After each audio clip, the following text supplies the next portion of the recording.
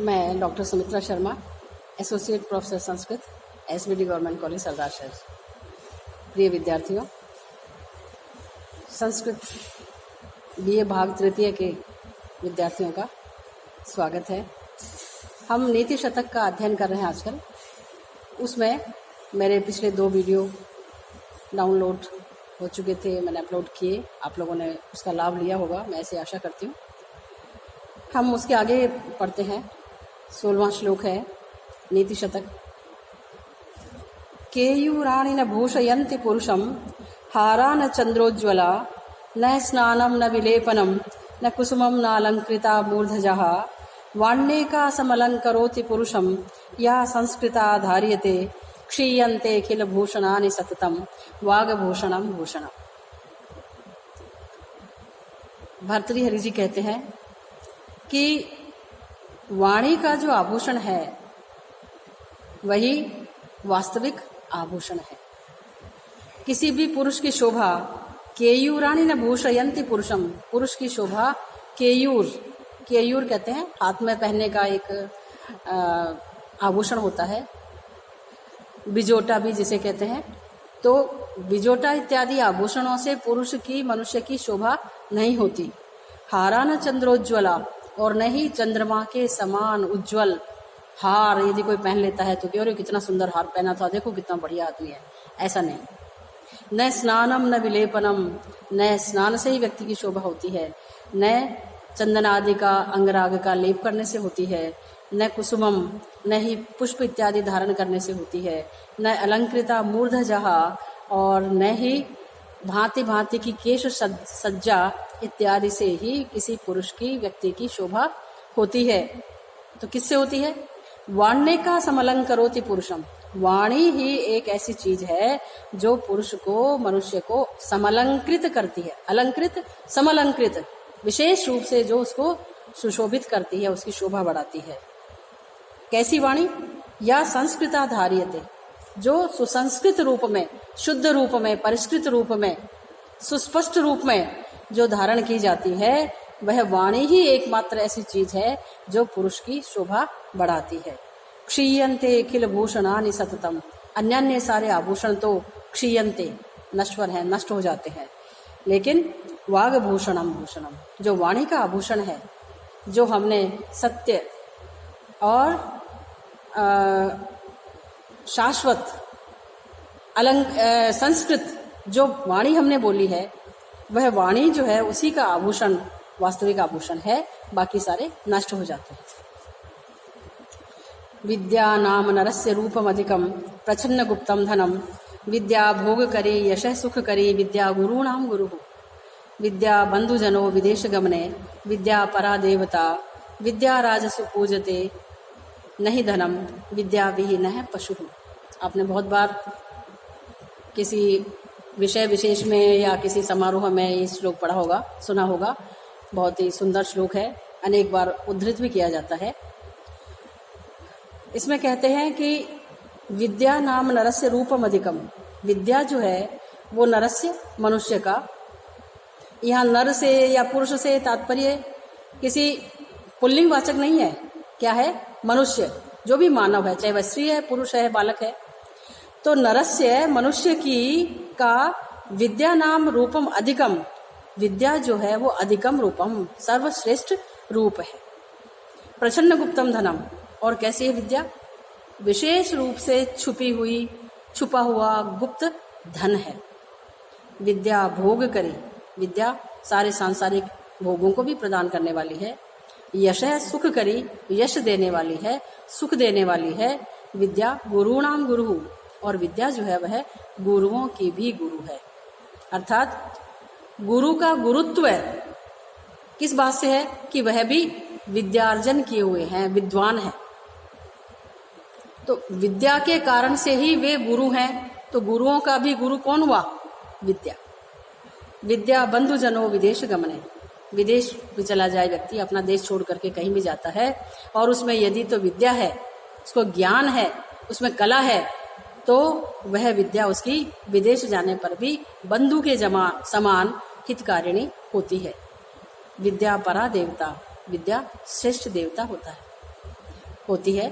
विद्या राजसु पूज्यते, विद्या राजाओं के द्वारा भी पूजी जाती है। राज दरबार में किसी और व्यक्ति का मान सम्मान हो कि नहीं हो, ये परिस्थितियों के ऊपर निर्भर करता है, बहुत सारी बातों पर निर्भर करता है। लेकिन विद्वान का जो है वो राजप्रासादों में भी सम्मान होता है। नहीं धनम विद्या राजस्व पूज्यते, नहीं धनम, धन नहीं पूजा जाता। राजाओं में भी विद्या पूजी जाती है, धन नहीं। और विद्या विहीन है पशु, उस विद्या से जो रहित है व्यक्ति वह पशु के समान है, साक्षात पशु ही है। अन्यत्र आप पढ़ोगे साक्षात पशु पुच्छ विषाणहीन है, तो पूंछ और सींगों के अलावा के बिना वह पुरुष जिसके पास में विद्या नहीं है, कोई कला नहीं है, वह पशु होता है। यहाँ पर विद्या के उसमें बोला कि विद्या से रहित व्यक्ति पशु के समान है। अगला श्लोक है शांतिश्चेत कवचेन किम किम अरिभिः क्रोधो अस्ति चेत देहिनाम ज्ञातिश्चेदनलेन किम यदि सुहृद दिव्यौषधि किम फलम किम सर्पैर्यदि दुर्जनः किमु धनैर्विद्यानवद्या यदि व्रीड़ा चेत किम भूषणै सुकविता यद्यस्ति राज्येन किम। आगे कहते हैं कवि कि शांतिश्चेत कवचेन किम, यदि तो किसी व्यक्ति के पास में शांति है, क्षमाशीलता है, किसी भी चीज को सहन करना है, और यदि तो कुछ गलत हुआ है तो उसको यदि क्षमा करना, माफ करने की यदि प्रवृत्ति उस व्यक्ति की है, तो उसे किसी और प्रकार के कवच को धारण करने की आवश्यकता नहीं है। किम अरिभिः क्रोधो अस्ति चेत देहिनाम, और प्राणियों में, व्यक्ति में, शरीरधारियों में यदि तो क्रोध है तो उसे और शत्रुओं की क्या आवश्यकता है, क्योंकि क्रोध जो है वो उसके स्वयं के अंदर का ही सबसे बड़ा शत्रु है। तो यदि क्रोध है उसमें तो और शत्रुओं की क्या आवश्यकता है। क्रोध ऐसा है कि वो अनेक शत्रु पैदा करवा देगा, और नहीं तो शत्रु जो एक नाशकारी कार्य करता है उसके स्वास्थ्य का, उसके मानसिक स्थिति का, तो वो नाश कौन करेगा, उसको क्षीण कौन करेगा, क्रोध कर देगा। तो शत्रु की क्या आवश्यकता है। ज्ञातिश्चेद अनलेन किम, और यदि तो उसके ज्ञातिजन है, सगे संबंधी है, तो उसे अग्नि की क्या जरूरत है। कई ज्ञातिजन ऐसे होते हैं जो बड़ा ईर्ष्या का, द्वेष का भाव रखते हैं, नीचा दिखाने का प्रयास करते हैं। तो आग से व्यक्ति को जो एक जलन होती है, वो जलन का काम यदि तो ज्ञातिजन है तो ये कहते हैं कि उसकी अग्नि की भी जरूरत नहीं है। सुहृद दिव्य औषधि किम फलम, और यदि तो व्यक्ति के पास में सुहृद हैं, अच्छे मित्र हैं, तो उसको दिव्य औषधियों की क्या आवश्यकता है। दिव्य औषधियां क्या करती है, व्यक्ति का स्वास्थ्य बनाए रखती हैं, उसके रुग्णता को दूर करती हैं, बीमारी का इलाज करती हैं। तो दिव्य औषधियों से जो ये काम होने हैं वो सारे काम कौन कर देते हैं, अच्छे मित्र। हृद माने मित्र, सुहृद अच्छा मित्र जो है, कहने का मात्र का मित्र नहीं, जो अच्छा मित्र है वह दिव्य औषधियों से होने वाले कार्य को कर देते हैं। तो ये कहते हैं कि उसको दिव्य औषधियों की क्या जरूरत है। किम सर्पे यदि दुर्जनः, और यदि तो व्यक्ति दुर्जनों से घिरा रहता है, दुर्जन है उसके आसपास, तो उसको सांपों की क्या आवश्यकता है, सांपों वाला काम वो दुर्जन कर देंगे। किमु धनैर्विद्या अनवद्या यदि, और यदि तो अनवद्या विद्या, अनवद्या निष्कलंक सार्थक विद्या, जिसके द्वारा व्यक्ति एक सकारात्मक दृष्टिकोण रखता हुआ धनार्जन भी कर सकता है और दूसरों को अपना ज्ञान दे भी सकता है। हितकारी और निष्कलंक विद्या यदि किसी के पास में है तो उसको फिर इस साक्षात भौतिक धन संपदा इत्यादि की आवश्यकता नहीं है। व्रीड़ा चेत किम भूषणै, और यदि व्यक्ति में लज्जा है, लज्जा से यहाँ तात्पर्य क्या है कि बुरे कामों को करने से पहले यदि वह हिचकता है, उसके मन में संकोच होता है, लज्जा होती है उसको कि नहीं ये काम मैं नहीं करूंगा, ये गलत कार्य है, उसको करने से पहले उसके मन में यदि लज्जा का भाव आता है तो उसको और आभूषणों की आवश्यकता नहीं है। सुकविता यदि अस्ति, और यदि व्यक्ति में अच्छा कवित्व है, उसमें कविता इत्यादि करने का यदि सामर्थ्य है, अपनी बात को रखने का यदि उसको सही माध्यम पता है, तो उसको राज्य प्राप्ति से भी क्या प्रयोजन, वो राज्य भी उनके सामने गौण प्रतीत होता है। अगला श्लोक है दाक्षिण्यम स्वजने दया परिजने शाठ्यम सदा दुर्जने प्रीति साधुजने नयो नृपजने विद्वज्जने आर्जवम शौर्यम शत्रुजने क्षमा गुरुजने कांताजने दृश्यता ये चैवं पुरुषः कलासु कुशलास्तेषु एव लोक स्थिति। क्या कहते हैं कवि कि दाक्षिण्यम स्वजने, कि किसके प्रति हमें किस प्रकार का लोक व्यवहार करना चाहिए। सबको कहते हैं कि एक ही डंडे से नहीं हाँका जा सकता, सबके साथ में एक जैसा व्यवहार नहीं किया जा सकता। तो दाक्षिण्यम स्वजने, जो स्वजन है, अपने लोग जो हैं, उनके प्रति दाक्षिण्य का भाव, उदारता का भाव होना चाहिए।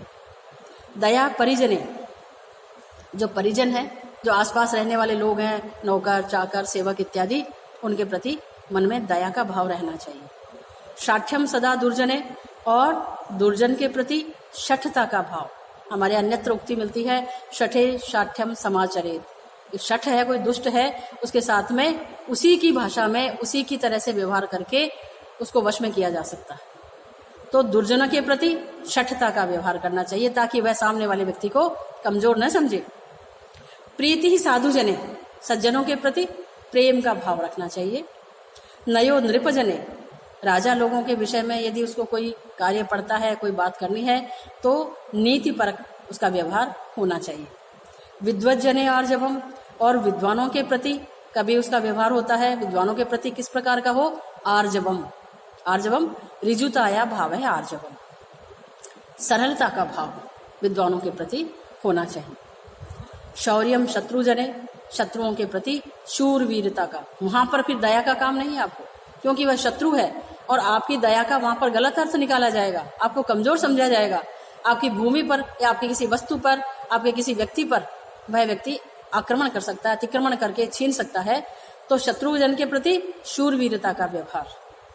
क्षमा गुरुजने, गुरुजनों के प्रति हमेशा क्षमाशीलता का, सहनशीलता का भाव रखना चाहिए। वे गुरु हैं, मुझसे बड़े हैं, मेरे हित की बात कहते हैं, चाहे मुझे प्रिय लगे चाहे अप्रिय लगे, तो उनके प्रति उसको क्षमाशीलता का भाव, अर्थात कभी क्रोध ना आए कि ये क्या कह दिया गुरुजी ने और ये माता पिता ने ये क्या कह दिया। नहीं, अपने से जो बड़े हैं, गुरुजन हैं, उनके प्रति क्षमाशीलता का भाव, सहनशीलता का भाव। कांता जने दृष्टता, और स्त्रियों के प्रति व्यवहार करना हो तो दृष्टता। दृष्टता का मोटा मोटा अर्थ होता है ढीठता का भाव, पर वहां कहने का तात्पर्य यह है कि जिसमें किसी तरीके से हल्के फुल्के तरीके से व्यवहार उनके प्रति किया जा सकता है। ये चैवम पुरुषः कलासु कुशलः, जो पुरुष एवं कलासु कुशलः, इन कलाओं में जो कुशल होते हैं कि किस व्यक्ति के साथ किस परिस्थिति में किस प्रकार का व्यवहार और बात करनी चाहिए, जो इन कलाओं में कुशल हैं, तेषु एव लोक स्थिति ही, उन्हीं के ऊपर लोक की स्थिति, लोक की मर्यादा अवस्थित होती है। उन्हीं से संसार की मर्यादाओं का आचरण विभिन्न प्रकार से हो जाता है। इसमें श्लोक में बता रहे हैं अगले में सत्संग की महिमा। जाड्यम धियो हरति सिंचति वाचि सत्यम, मानोन्नतिम दिशति पापम अपाकरोति, चेतः प्रसादयति दिक्षु जनोति कीर्तिम, सत्संगति कथय किम न करोति पुंसाम। बड़ा सुंदर सा सरल सा श्लोक है कि सत्संगति कहो पुरुष का क्या क्या हित नहीं करती। कैसे, क्या क्या करती है? जाड्यम धियो हरति, धिय माने बुद्धि से, जाड्यम जड़ता, मान्यता, मंदता का भाव, वह हरति माने हरती है। सिंचति वाचि सत्यम, वाणी में सत्य का संचार करती है। क्या चीज? सज्जनों के साथ में किया जाने वाला, रखा जाने वाला उसका व्यवहार, उसकी संगति, उनके साथ में रहना। मानोन्नतिम दिशति, मान और उन्नति को फैलाती है कि यह व्यक्ति उस व्यक्ति के साथ में रहता है, अच्छा, इसका मतलब वह भी ठीक होना चाहिए। तो बिना उसे स्वयं के अपने मुंह से कहे बिना भी लोग ये देखते हैं कि ये किन लोगों के साथ में उठता बैठता है, तो उस सज्जन की संगति से उस व्यक्ति का भी सम्मान और उन्नति बढ़ती है, फैलती है। पापम अपा करोति, सत्संगति व्यक्ति के पापों को नष्ट करती है, दूर करती है। क्योंकि यदि तो किसी भी प्रकार के उसमें अवगुण इत्यादि हैं, तो धीरे धीरे वे उस सज्जन की संगति से उसमें आंतरिक परिवर्तन होता है, मनस्थिति में परिवर्तन होकर के, और वो बुरी आदतें, किसी प्रकार की लत इत्यादि उसकी शनै शनै कम होकर के खत्म हो जाती है। चेतः प्रसादयति, और क्या करती है सत्संगति? चित्त को, मन को प्रसन्नता प्रदान करती है। दिक्षु तनोति कीर्तिम, दिक्षु माने दिशाओं में, कीर्ति यश, तनोति फैलाती है। सभी दिशाओं में उसका यश फैलता है कि अच्छा इतने अच्छे लोगों के साथ में उठता बैठता है, उन लोगों का सम्मान होता है, उनका साथ में उनका भी सम्मान होता है, क्योंकि गुण भी उसमें धीरे धीरे करके आ ही गए, अवगुण उसके धीरे धीरे खत्म हो ही गए, तो उसका भी यश दिशाओं में फैलता है। तो बताओ सत्संगति कथय किम न करोति पुंसाम, बताओ कि सत्संगति मनुष्य का, पुंसाम पुरुष का, व्यक्ति का क्या क्या नहीं करती, क्या क्या हित नहीं साधती। धन्यवाद।